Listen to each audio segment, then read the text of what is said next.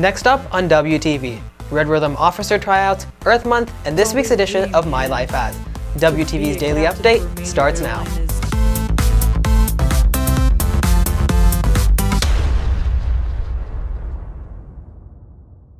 Hey there, Red Hawk Nation. Today is Thursday, April 28th, and I'm Varun Saravanan with today's Daily Update, brought to you by Wingspan TV. Red Rhythm is getting ready for next year. WTV's Alicia Hernandez has the story. As their season comes to an end, Red Rhythm is starting to prepare for next year by holding tryouts for new officers tomorrow. Red Rhythm has dance and social officers, which have to go through different tryout processes during tryout week. For dance officer candidates, this means learning a new routine and choreographing a solo. The beginning of the week of officer tryouts, the senior officers that are leaving teach us a officer tryout jazz that we perform for the judges. And then we work on a speech that we present to the team on Thursday, which is mock tryout day.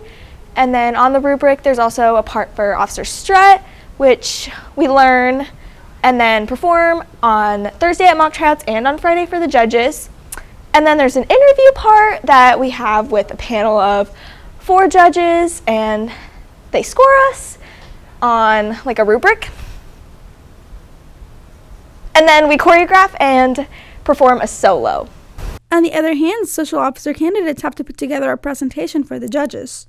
We start by performing a dance that we performed at line tryouts, and then after that we move into a presentation about our whole theme that we planned out for the year, which includes things like section names, like events for the year, team building games, and then also a camp shirt for our whole team to wear.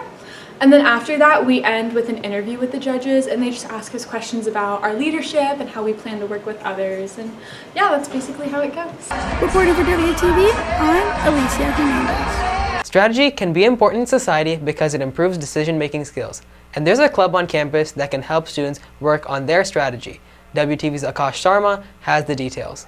The Strategy Club was formed several years ago and involves students playing, you guessed it, game based on strategy. So Strategy Club is a club where we explore strategy-based games, whether that be board games or card games, and due to the COVID-19 last year, we had virtual clubs, so we explored a lot of like virtual games and stuff like that.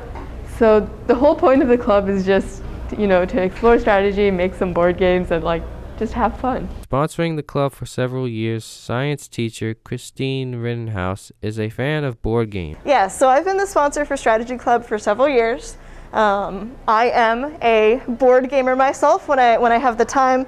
So it's really interesting kind of seeing behind the scenes, seeing these games get crafted from the very first ideas to the kind of rules that end up set up, making sure that none of the rules are absolutely game breaking. Just the whole design process, it's really interesting to follow all the way from beginning to the end, and you have a playable product. So it's super rewarding. For more information, you can sign up to the Remind at Strats Club to receive all Strategy Club updates.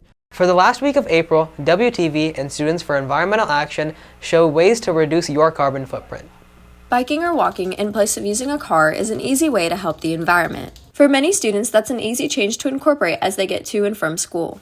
Cars contribute to greenhouse gas emissions and noise pollution, both of which negatively affect us and the environment. But more than just that, biking or walking can have personal benefits. I prefer to walk and bike over driving, so I try to do that primarily. I do it personally because of the environment, and also it's a great way to start off the day with just fresh air. There is a downside because I can't always rely on walking or biking, primarily because of weather. It's important to remember that you don't have to entirely stop using a car to make a difference. Reporting for WTV, I'm Kirthi Gamadi. On this week's edition of My Life As, WTV takes a look into the life of student pilot.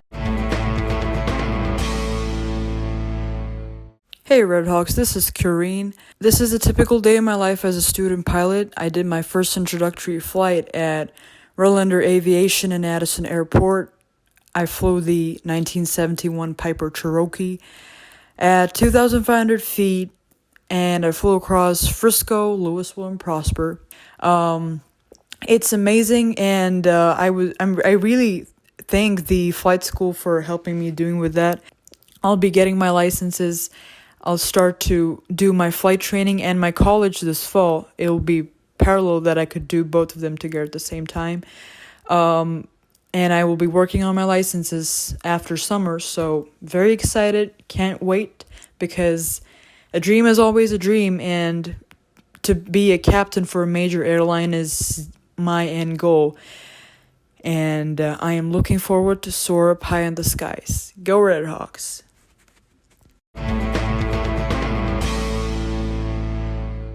If you are looking for more from Wingspin, you can follow us at Liberty Wingspin on Twitter, Instagram, and Facebook, or visit our award-winning website, libertyWingspin.com.